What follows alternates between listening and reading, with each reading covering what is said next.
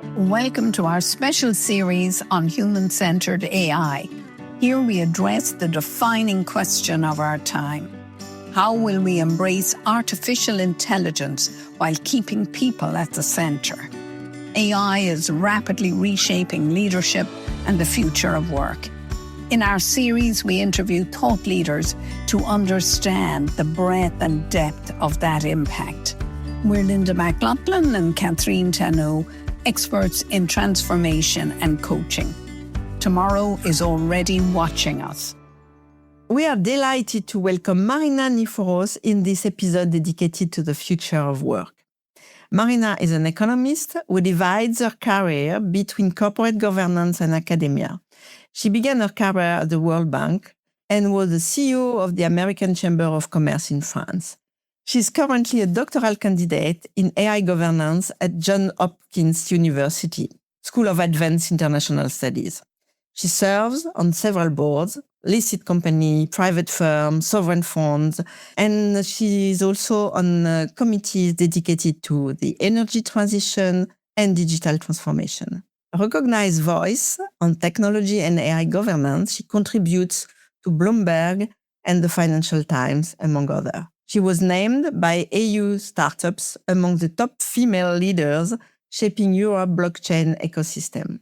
She led Diversity Center of Excellence and is an affiliate professor at HEC Paris. She used to teach on the future of work, and her course had a strong impact on shaping perspective on how AI and technological change are transforming the workplace. We are honored to welcome Marina and very much looking forward to talking with her on the future of work. Welcome, Marina. Thank you very much, Catherine and Linda. It's really a pleasure to be here, and thank you for inviting me to have this important conversation with you.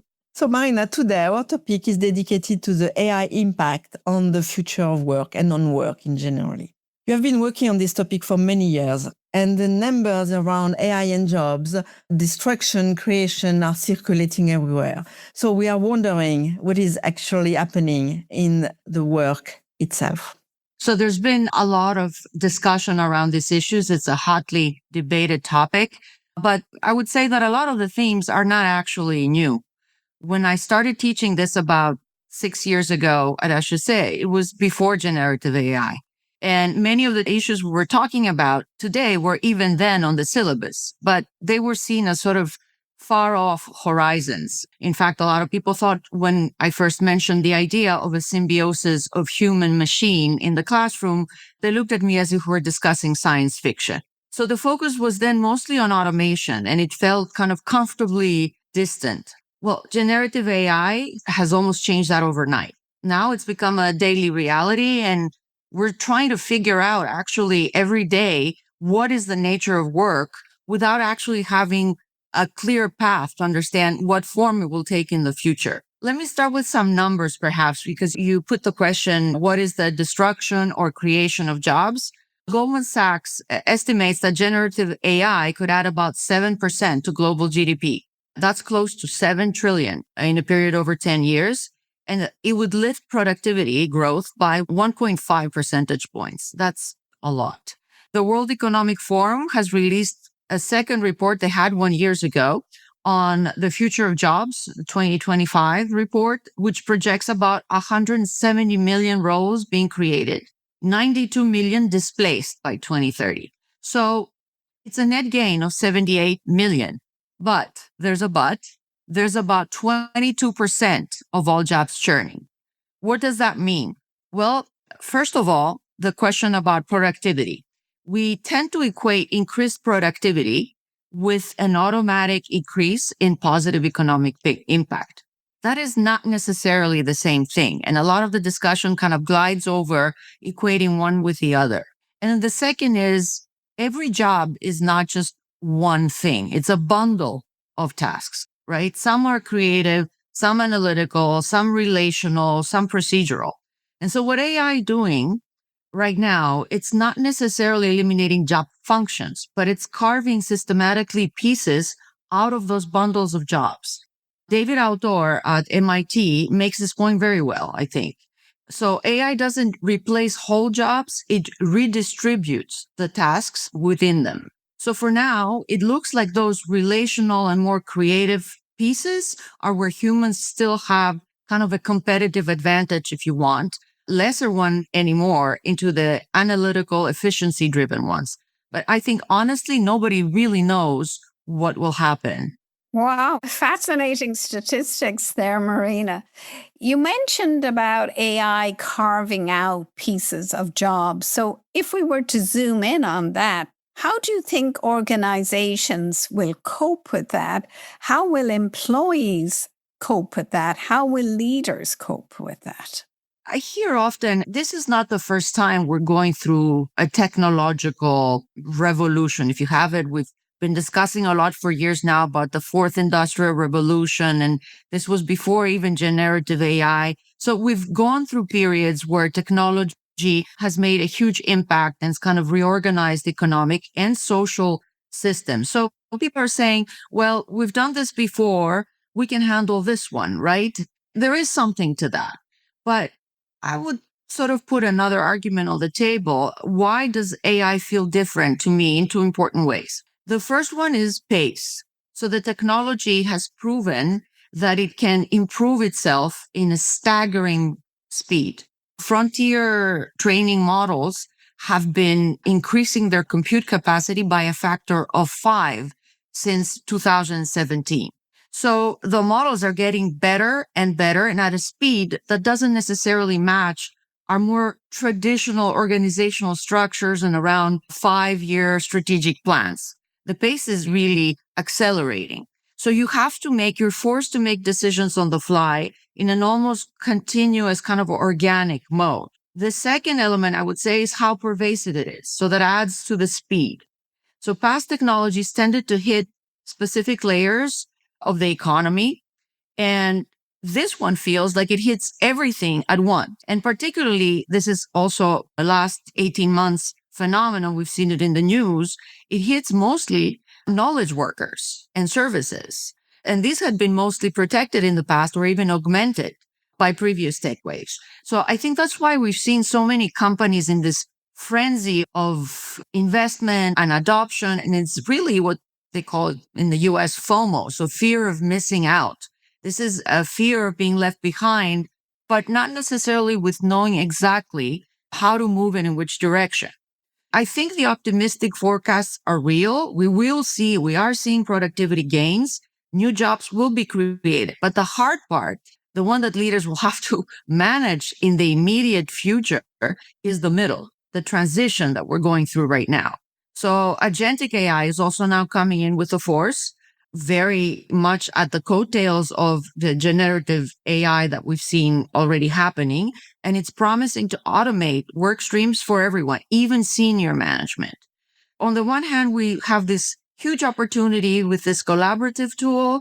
And then on the other hand, it's happening with unpredictable consequences. So the question is, how do we manage this transition and move to the other side of the tunnel without breaking too many things in the process? This is really fascinating what you're talking about, this middle part, the pain, maybe the pain point we're going through right now, where obviously there's going to be more fractional style jobs. People are going to really need to reskill. And there's this huge area of uncertainty around long-term employment, if you like, and it's really hitting white-collar work.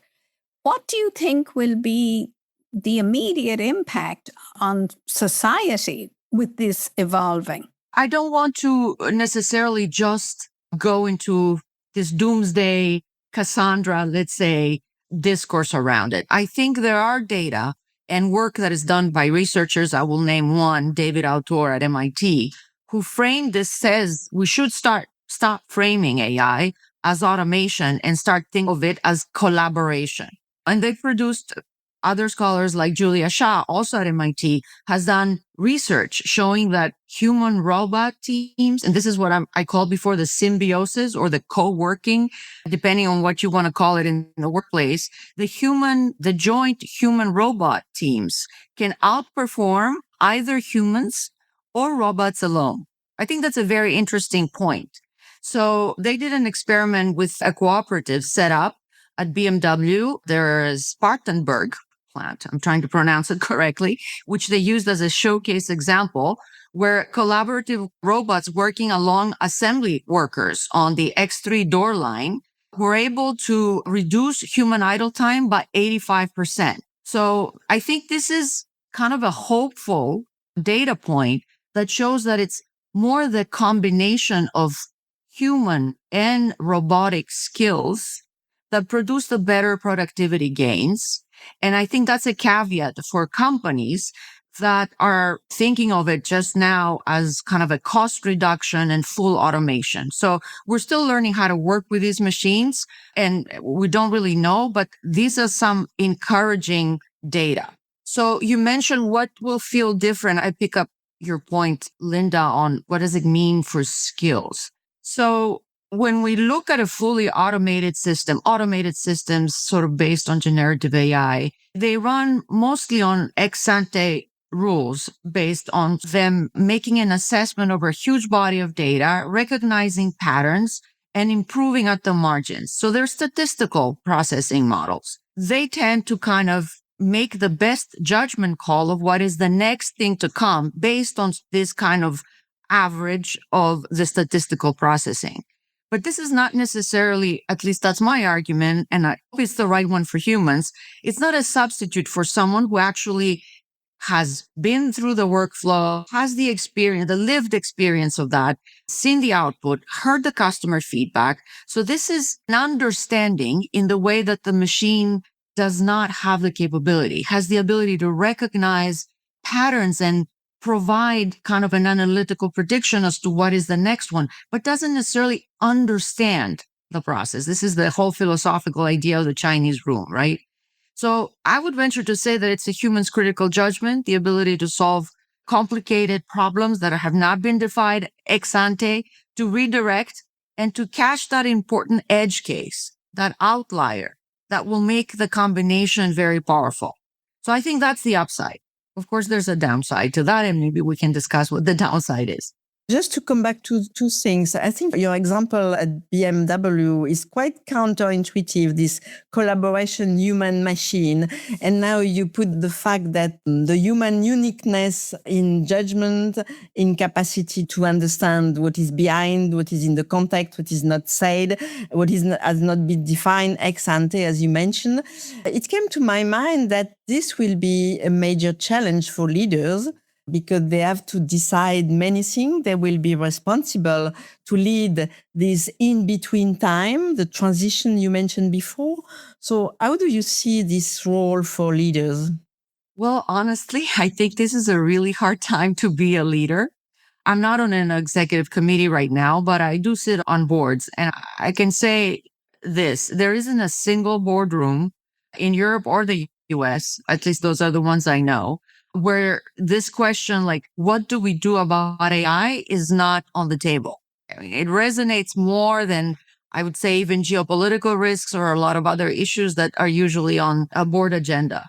Because I think senior leaders, whether they're on the executive or the non-executive side, are having many questions and not necessarily any clear answers right now. So where do we invest? Are we going to see a return? How do we quantify it? And by when? What happens to our people? Do we have the talent that we need to push forward the objectives of this AI transformation? Is there a skills gap? How do we communicate both to our own internal stakeholders, our talent, our people, as well as to external stakeholders about what we're doing? I think this is like very critical questions that every board, every executive leader as well is probably asking themselves right now. And I think we're just embarking on that very fundamental conversation. And the hardest one is the following, I would say, that to get the most out of the technology, we have to redesign, we have to re-engineer, if you want, the organization itself. And that's a very hard task to do. We have to rethink the business model, the product, the manufacturing floor, the operating model, the customer relationship. I mean, how decisions get made and communicated, all of it. And I think that's the real leadership challenge, like redesigning an organization as it stands today without really knowing what tomorrow would look like. And while the technology keeps shifting, it doesn't stay static. So you have to keep readjusting as you go along. So I think that's this uncertainty, heightened level of uncertainty is the biggest personal, but also collective challenge for leaders. And then I would say there's also a question that's fundamental to any leadership question, which is the issue of trust. Just to bring an example, to put it in focus, what I'm trying to convey. The recent Oracle situation, I think, is a good testimony to that. They've been laying off thousands of people. Some report around 20 to 30,000 across the fiscal year alone, while they're committing at the same time around 50 billion to AI infrastructure for 2026. So some of their former employees are saying that they were laid off by a single email after a decade of working there, and that they had been training the AI systems that replaced them. So I understand there's a financial logic behind it, the pressure from the markets, but that kind of communication can go straight into a pot of anxiety that the people are already feeling vis-a-vis the technology and what that means for a future. So a leader today that doesn't know how to convey the actions, and it can be perceived, even though I don't know if I'm not talking about the particular case, but it might be unintended, it can be perceived as a breach of trust. And I think trust is exactly what leaders cannot afford to lose right now. Just to quantify a little bit about the negative side of what I was talking about before. So there's a positive that we have to kind of project also the things that will go well. But the downside and what feeds the anxiety is a lot of people don't know how to use this tool yet. They know they have to, but they're not quite sure what the benefits will be. There's also been issues with the quality of the work that it produces, hallucinations, AI slop, there are legal risks, confidentiality risks, how you can use that information. So this is another, I think, responsibility that leaders should address seriously, is that they need to provide clear boundaries for the employees. When to use it, when not to use it, what data can go into it, because otherwise the employees feel exposed.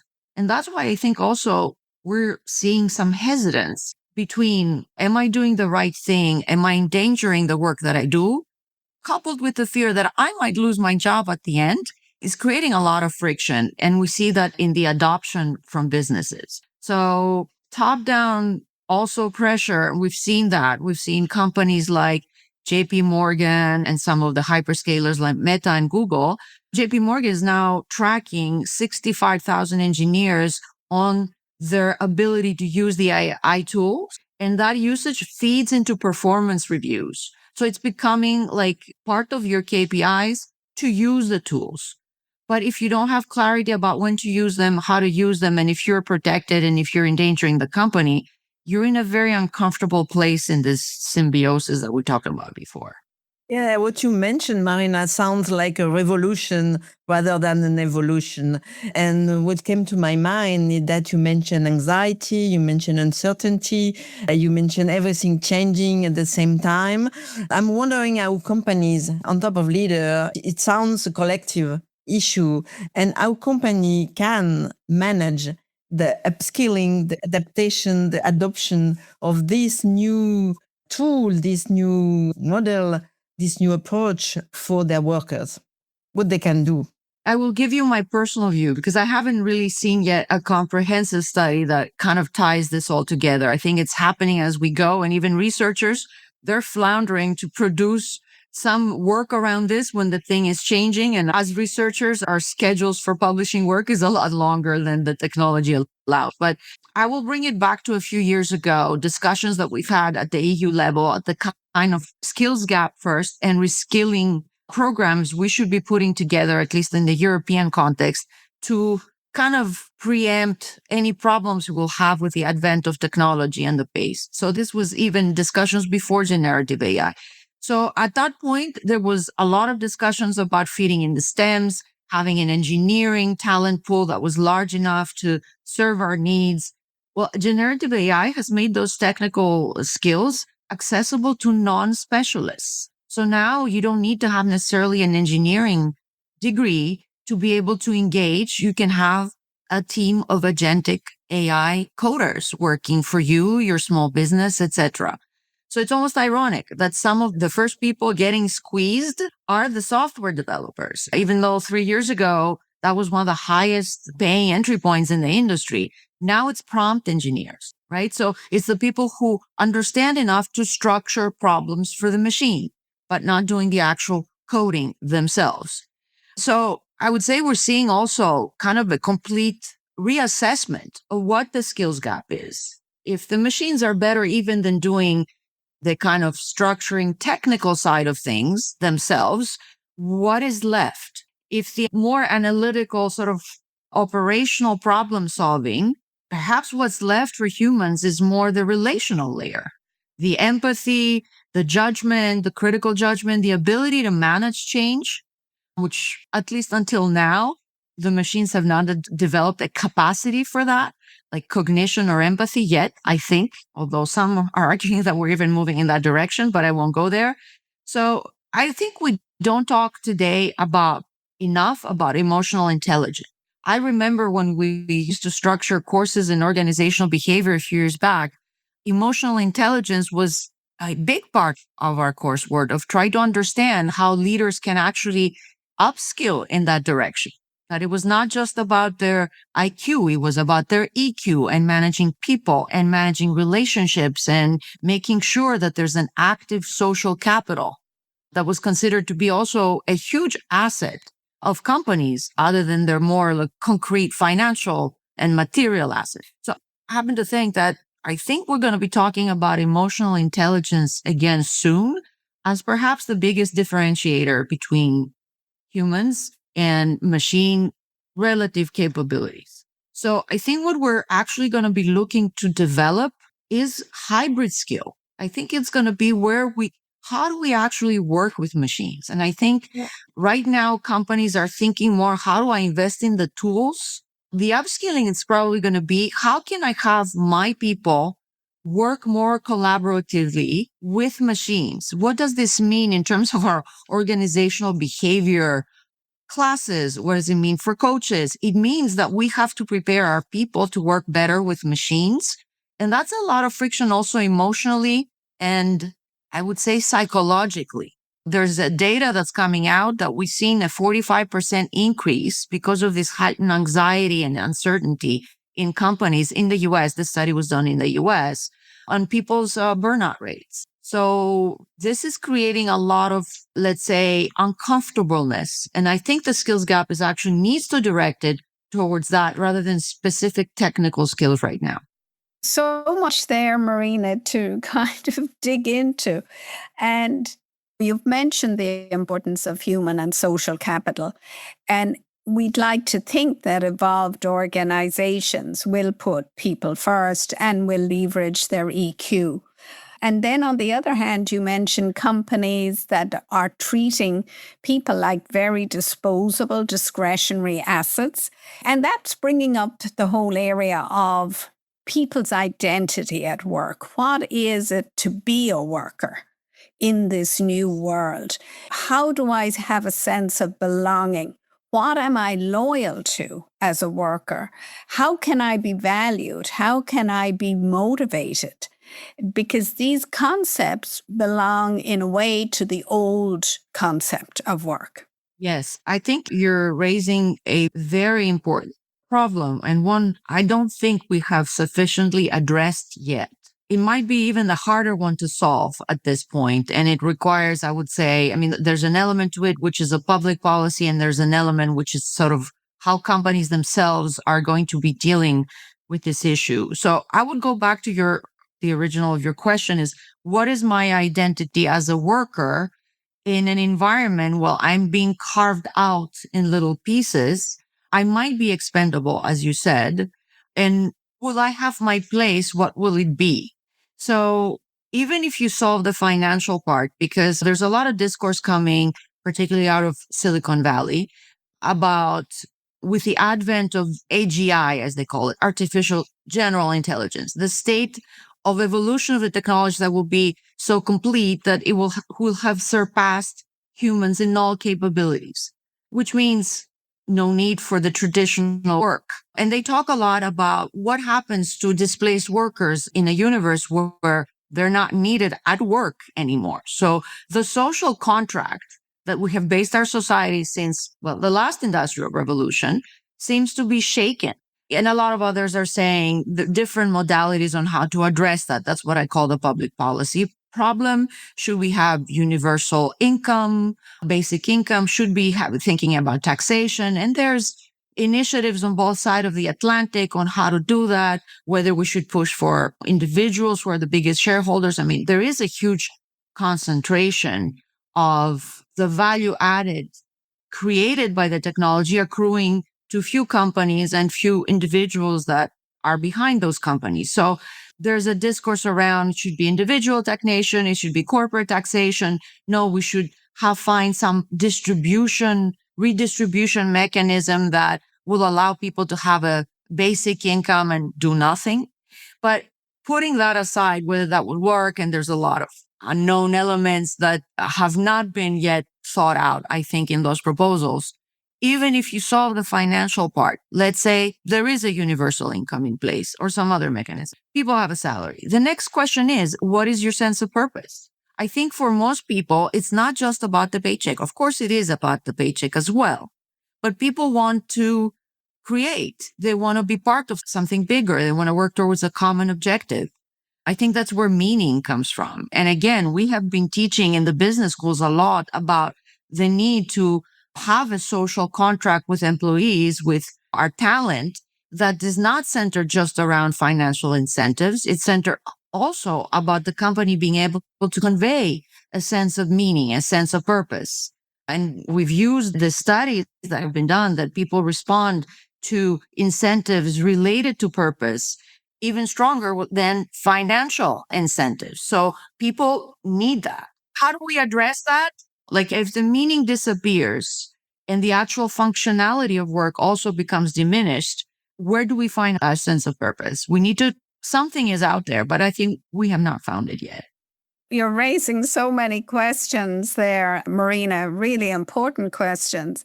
And it feels to me, at least, that this AI and the displacement maybe of some of the human workforce has happened so quickly. You know, there's not been much discussion or signposting of that.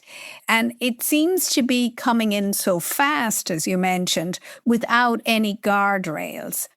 And I'm just wondering, where will the call for humanity come from? Where will the call for empathy, for making sure that we use the best of AI, but in a way that kind of preserves the dignity of the human being as well? Who do you think, or where do you think that might come from? Like I mentioned before, I think this is so complex that there's a responsibility to be assigned both for public actors, because they have custodians for, like, let's say, the economic and social well-being of society as a whole. But I think there's a role also that companies can play. They're not just passive bystanders of this technological revolution. They're the actors of it. Again, I don't want to be a doomsday kind of seer in this. There are ways to manage it, but it requires structured thinking and it requires purposeful dialogue around it. I think right now what we're witnessing is kind of an El Dorado, kind of a gold rush fever. Invest as fast as we can. This is what dominates right now, I think, in companies. We can't be left out in the race. We have to do it as fast as we can. But the questions around workers' identity and purpose are not just individual issues that we each feel. They're collective issues. And I would say that for most companies, their brand equity as well rests on a strong culture. Are they really going to walk away from that? I mean, are they going to just relinquish to a kind of a disintegration of the social capital, which is basically that contract they have with their people? For many companies, that's the most valuable thing they have, even though it's not on the balance sheet. So I think the challenge for the leaders today is to say, okay, this is also part of my strategic objective in this race, is how do I take advantage of this innovation? And I'm not here to say we shouldn't do it. We should do it. I think we're in an unprecedented period in our history of seeing an innovation so powerful. But with such an innovation and such power comes a lot of destructive capability. we're not without agency, I think, in companies. So I think this is where it lies. We're seeing it a little bit. That's why we're seeing that adoption at the institutional level. So at the organizational level, it's taking longer than we thought. I don't know if you've seen yesterday in the news, there was an announcement by both Frontier Labs of making separate companies and collaborating with consultants to actually have people come into organizations and help them redesign the deployment of their own products. I think this is kind of an admission that the organization, the way it is right now, is not receptive to this kind of external shock, that we need to be thinking things internally in a more purposeful way, redesigning and using the technology where it solves problems. This is on the technical side. I think on the human side, on the people side, there's a lot the company can do to kind of make this process easier, but also I would say more productive by consulting their own people. So instead of consulting outside consultants only, outside advisors or just technologists, it comes back to this question of trust. So how do you redesign also your social contract with your workers, with your employees? Make them part of the solution. Don't think of them as part of the problem, as the asset, as you said, that can be extricated and disposed of. And I think it starts with honesty and communication. Nobody has the answer, so I don't think that right now a leader can step in front of them and provide a false sense of comfort to their employees. This is what we're going to do. We know exactly where we're going to be in 2 years. But I think the trust can be maintained or even rebuilt in some cases by acknowledging honestly that we don't have all the answers, but that we're willing to work with our people to get there and have a more consultative internal process about. I think they can be a huge source also of value creation, because the AI will produce value for those companies, going back to that return on the investment, if it solves a real problem. If you just slap it on top of something without knowing really what it serves, what its objective will be, because everybody else is doing it, it's just going to produce more slop. So I think it's the combination of doing it in a consultative way, bringing your own people into defining what the AI should be solving, rather than, let's say, cut the pipeline, the beginning of the pipeline. We're seeing that too. Our youngest workers are having problems these days coming out of the best universities to find jobs because we are perceiving that the AI can do that faster, better, and a lot cheaper. But what happens to the pipeline of a company? If you don't have an entry, then you cannot have a middle or a higher. So we need to be thinking about these in a more constructive way, I think. We have many change makers and leaders and coaches listening to us. And that's exactly the question they are asking themselves in this moment. What would be your advice for them to conclude this podcast with us? I think there's going to be a lot of work. That is one thing, because I think the conditions of uncertainty at this moment are calling for professionals in the field to accompany people individually, whether they're at the leadership or at this sort of middle management level. We're all going to have very different challenges on how to manage uncertainty, either from the strategic or the operational levels. Collectively, I think there's a role to be played in kind of putting also the right policies in place. We talked about before about the symbiosis. Maybe that's an area where coaches have to also invest in their own skills, upskilling, let's say, because what will it mean to be coaching teams that are hybrid teams? It's never to be seen. I think it's a very exciting new era for the professionals in the field. And last but not least, I think what's the safety net that you can create for people? Because the anxiety levels are very high. We need to be able to give people the toolkit to manage the anxiety and bring it down, because otherwise we can't be operational if we're at that level of intense uncertainty where you become kind of numb and basically inactive or passive or burned out, which is the worst case scenario. So I think there's a positive. It's a new era where everyone will be kind of re-engineering their skill set. I think the people who accompany, let's say, companies or even individuals at senior levels will be more needed today than they were ever in the past. Great advice. Thanks so much, Marina, for being with us today. You've really opened my mind to so many things, and I'm sure the audience will really enjoy listening to your viewpoints. Thank you so much. Thank you. Thank you for sharing the time with me. Thank you, Marina. You have been listening to our special edition about human-centered AI. Our heartfelt thanks to our guests for sharing their insights and making this edition so special. Follow Transform Tomorrow Today on LinkedIn for show notes, resources, and future conversations. Visit also our website, www.transformtomorrowtoday.org. Let's continue shaping a workplace that truly serves us as humans, transforming tomorrow today. Join our community of change makers and be part of the movement. Thank you.